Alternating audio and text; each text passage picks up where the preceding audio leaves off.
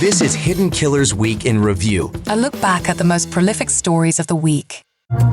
This is continuing coverage of the case against Lori Vallow Daybell from the Hidden Killers podcast and True Crime Today. So picture this one. A judge in Arizona has to literally order sheriff's deputies to, quote, any means necessary, including force, to drag a convicted child killer into court. And I'm not talking about some violent criminal who might attack someone. I'm talking about Lori Vallow Daybell, the so-called doomsday mom who apparently discovered that playing sick is her new superpower.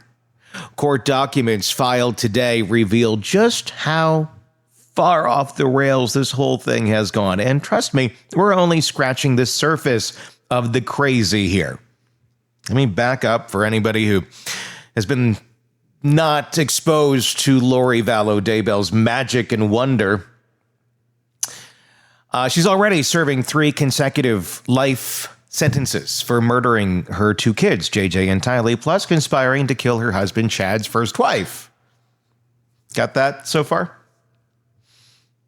She got another life sentence in April for conspiring to murder her 4th husband, Charles, and now she's on trial for allegedly trying to have her niece's ex-husband, Brandon Boudreaux, shot outside his Gilbert home in 2019. And here's the kicker. She's representing herself. Because apparently, when you're already serving multiple life sentences, what's a little courtroom chaos? It's exciting. You get out for a little while. So that's what's going on, in case you have not been exposed yet. It's a long journey if you want to go all the way back. But if you want a really interesting true crime saga from hell, go way back in the archives of this story, all the way back to like Dateline and all that many years back, and dig in, because there's a lot there. I got more here. I want to just say this quick. Tell me what your thoughts are in the comments on how things went today in the trial of Lori Vallow Daybell as we continue to work our way through it.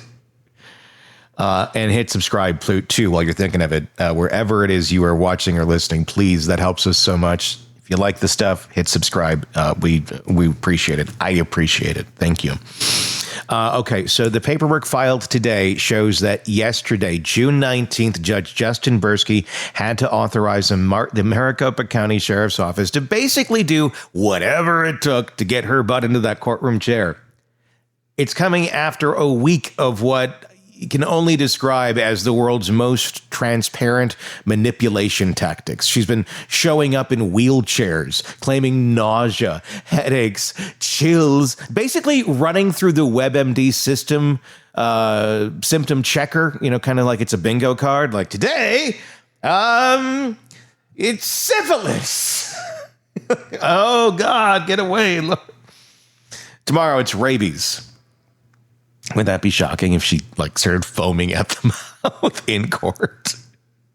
And it turns out it's just Mentos. But here's where it gets really interesting. The judge noticed something funny about her illness, and potential jurors are in the room, and she gets to play lawyer asking them questions. She's miraculously fine. Clear voice, sitting upright, engaging with people. The Lori we all know and love, and gives us the shivers.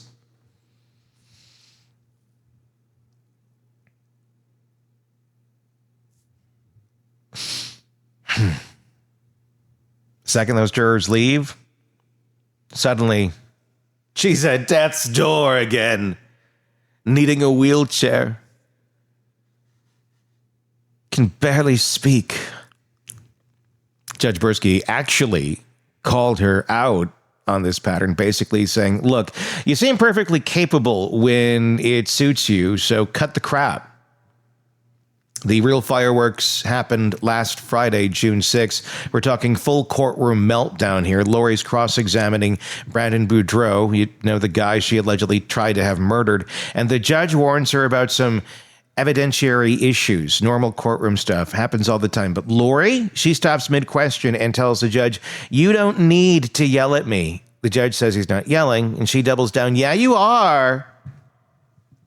I've watched a lot of courtroom footage in my day, and let me tell you, judges do not take kindly to this kind of back and forth backtalk. Judge Brueski's response was swift and beautiful. "Take her out." Just like that, deputies took her out. They escorted her out of the courtroom while she protested that she's been, quote, "very courteous to him." The judge's response, "No, you have been nothing near courteous to me during the course of these proceedings." And then he took the mic and just dropped it. They brought her back after 15 minutes or so when she had to go in the hall, stand in the corner, stare at the wall, Lori. And she apologized, because Lori's about love. But the damage was done. This pattern with her. She thinks she can manipulate everyone around her the way she allegedly manipulated people into believing her kids were zombies who needed to die. But here's the thing about judges. They've seen every trick in the book. They don't fall for the fake illnesses, the dramatic wheelchair entrances, or the sudden inability to function when things aren't going your way. It makes it even more bizarre is that jurors from her previous trial have talked about her demeanor. Victoria Lewis, who served on the jury that convicted her for Charles Vallow's murder, said Lori would sit there smiling, laughing, like she was at a garden party instead of a murder trial. She doesn't seem to grasp the gravity of her situation. Or maybe she does and just doesn't care. You've already been convicted and convinced yourself that murdering your children was just part of some sort of divine plan. I guess normal human reactions kind of go out the window.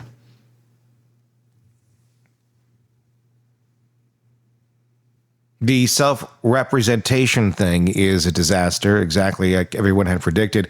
She constantly violates basic legal procedures, asking improper questions, making what amounts to testimony during cross-examination, arguing with the judge about evidence rules she clearly doesn't understand.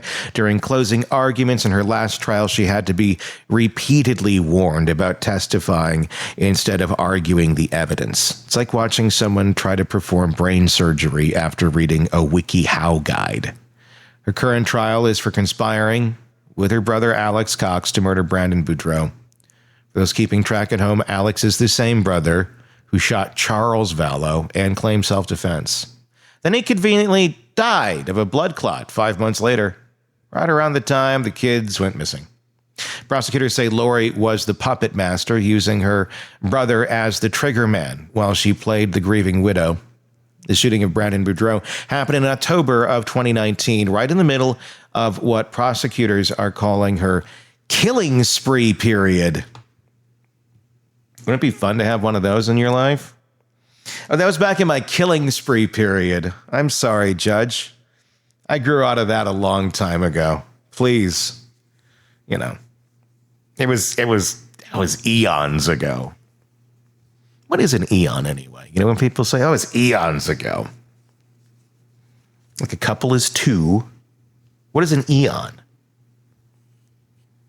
I don't know. Brandon survived because the bullet only shattered his car window. He was driving away from his house when someone allegedly, Alex Cox in a Jeep, opened fire. On the stand last week, Boudreau had to sit there while his would-be killer's sister questioned him about that relationship. Can you imagine the woman who allegedly tried to have you murdered is now asking you questions under oath, representing herself, while occasionally stopping to complain that the judge is being mean to her? The judge's patience has clearly worn thin after her removal on June 6. He warned her that continued disruptions could affect her ability to keep representing herself. But she can't help it. Girl can't help it. Court records show she makes comments after witness testimony, which counts as improper testimony from the defendant. She files motion after motion to get the judge removed, claiming bias. She showed up to jury selection in a wheelchair, claiming she couldn't even sit upright with a trash can next to her in case she needed to vomit. All while facing charges that could add yet another life sentence to her collection. Ever seen anybody hoard life sentences like Lori? Here's what really gets me about the whole spectacle. The woman systematically eliminated or tried to eliminate anyone who stood in the way of her apocalyptic fantasy life with Chad. Her children, Chad's wife Tammy, her ex-husband Charles, and allegedly Brandon Boudreaux. She used religious extremism as cover, telling her people, her kids had become zombies, that dark spirits had taken over their bodies. She assigned light and dark ratings to people, with dark ratings essentially marking them for death. And now she wants us to believe she's too sick to attend her own trial, that she's being persecuted by a mean, mean judge with the patience of a saint. That she's the victim here. The audacity is breathtaking. This is someone who sat through testimony about her children's bodies being found buried in her new husband's backyard, who heard the coroner describe how JJ was wrapped in plastic and duct tape, how Tylee's body had been burned and dismembered, and she thinks we're going to feel sorry for her because she has a headache. The cost to taxpayers for this circus has exceeded $85,000 just for the Arizona proceedings. I would imagine far, far, far more when they actually total everything up. Every delay, every dramatic sick day, every wheelchair performance costs money. Meanwhile, she's got advisory attorneys sitting there who could be representing her, but she insists on doing it herself. It's like she's determined to turn the justice system into her own personal theater production. What's fascinating from a psychological perspective of this is how she maintains this completely inappropriate affect. The jurors have consistently noted how she smiles and laughs during proceedings. Yes. Oh, I could never have done this. I know there's like all this evidence and points to me doing it. Oh, she's creepy. Also, she seems disconnected from the reality of what she's done. Even now, representing herself in a trial could extend her imprisonment well beyond her zombie years. She acts like she's arguing a parking ticket rather than a conspiracy to commit murder. It's either the world's most intense denial or a complete break from reality. I'm voting for the latter. The prosecution's case is straightforward. They've got the shooting attempt on Boudreaux. They've got the pattern of violence surrounding anyone who opposed Lori. And they've got her brother as the alleged gunman in multiple incidents. The same brother who was at her house when Charles was killed, who she claimed acted in self-defense. The same brother who died before he could be questioned about the missing kids. Mighty convenient, that timing. Brandon Boudreaux survived to testify, unlike so many others in Lori's orbit. But imagine being him, sitting in that courtroom, watching this woman who allegedly wanted you dead, now playing lawyer, objecting to evidence, arguing with the judge like she's the wronged party. The sheer narcissism required to put victims through that is staggering. The judge ordering force to bring her to court yesterday shows just how far this has deteriorated. This isn't normal courtroom procedure. Judges don't typically have to threaten defendants to get them to show up for their own trials. And then again, Lori Vallow Daybell is not typical. This is someone who convinced people that the end of the world was coming, that she had special powers, that she could see people's past lives on other planets. And now she is trying to convince a judge that she's too sick to attend court while simultaneously conducting cross-examinations. It's manipulation all the way down. The same tactics she allegedly used to orchestrate multiple murders, not so sharp anymore, just deployed in a different venue. The difference is that judges, unlike some of her followers, aren't buying what she's selling.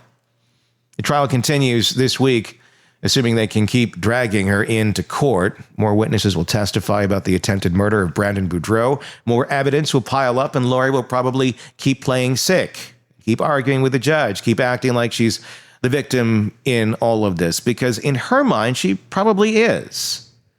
When you've convinced yourself that God wanted you to murder your children, that dark spirits justified killing sprees, what's a little courtroom drama? The real tragedy here isn't Lori's headaches or her conflicts with the judge. It's that 2 children are dead, multiple adults are dead, and a woman so divorced from reality that she can't even fake normalcy for a few hours,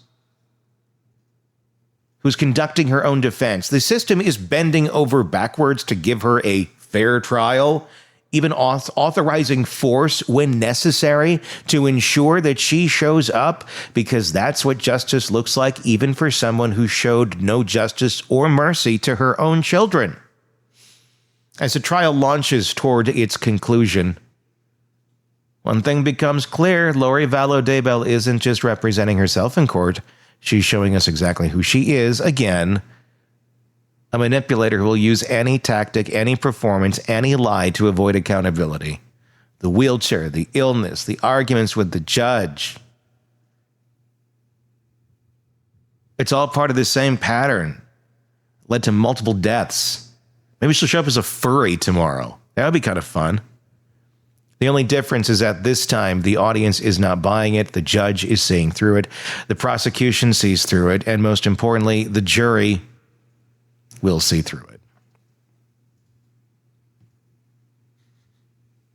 Justice for Brandon Boudreau, like justice for Charles Vallow, Tammy Daybell, Tylee Ryan, and J.J. Vallow, can't come soon enough, even if it means literally dragging the defendant into court to face it. What do you think? Tell me in the comments on YouTube if you are watching us there. If you're listening to us on any podcast platform, first hit subscribe there so you don't miss any of this. And then also check out our YouTube page, Hidden Killers with Tony Brueski. And you can watch us doing the show and talk with us about your thoughts on all of these cases. Do appreciate that, hitting that subscribe button. Being part of this thing that we're making here. Tell me what your thoughts are on another day in crazy Lori land. I'm just trying to figure out what she's going to do next. What is there going to be a grand finale, or is this just going to kind of go out with a? She's being very grandiose for like the trial with the least charge, or the lesser of all the charges. Because she knows it's like this is the last stage. This is where she really has to make it. I don't know. Tell me what you think. I'm Tony Brueski. Thanks for watching. We'll talk again real soon. Craving non-stop true crime updates? Press subscribe now and get the latest cases, analysis, and expert commentary delivered straight to your feed. Only from the Hidden Killers podcast and True Crime Today.